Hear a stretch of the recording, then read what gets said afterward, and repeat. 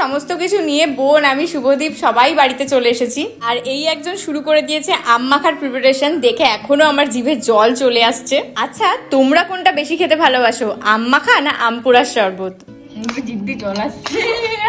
তো অবশেষে আজকে সারা দুপুরের পরিশ্রমের পর আমাদের আম মাখা রেডি হয়ে গেছে, আর খেতে অপূর্ব হয়েছিল।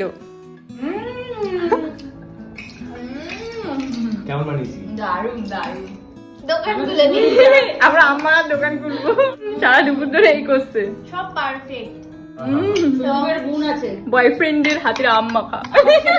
আর এবারে পালা ছিল আমাদের আম পোড়া শরবত খাওয়ার। সবই ভালো ছিল, শুধু লঙ্কার পরিমাণটা একটু বেশি হয়ে গেছিল। বাট আমরা সবাই একটু স্পাইসি খাবার খেতে ভালোবাসি, তোমরা তো জানোই, তো বেশ ভালোই লাগছিল। আমের পর্ব শেষ হওয়ার পর আমরা বসেছিলাম একটু টুকটাক স্ন্যাক্স নিয়ে। আজকের দিনটা সবাই মিলে কিন্তু দারুণ কাটিয়েছি। ব্লগটা ভালো লাগলে আমার চ্যানেলটাকে কিন্তু প্লিজ সাবস্ক্রাইব করে দিও। টাটা।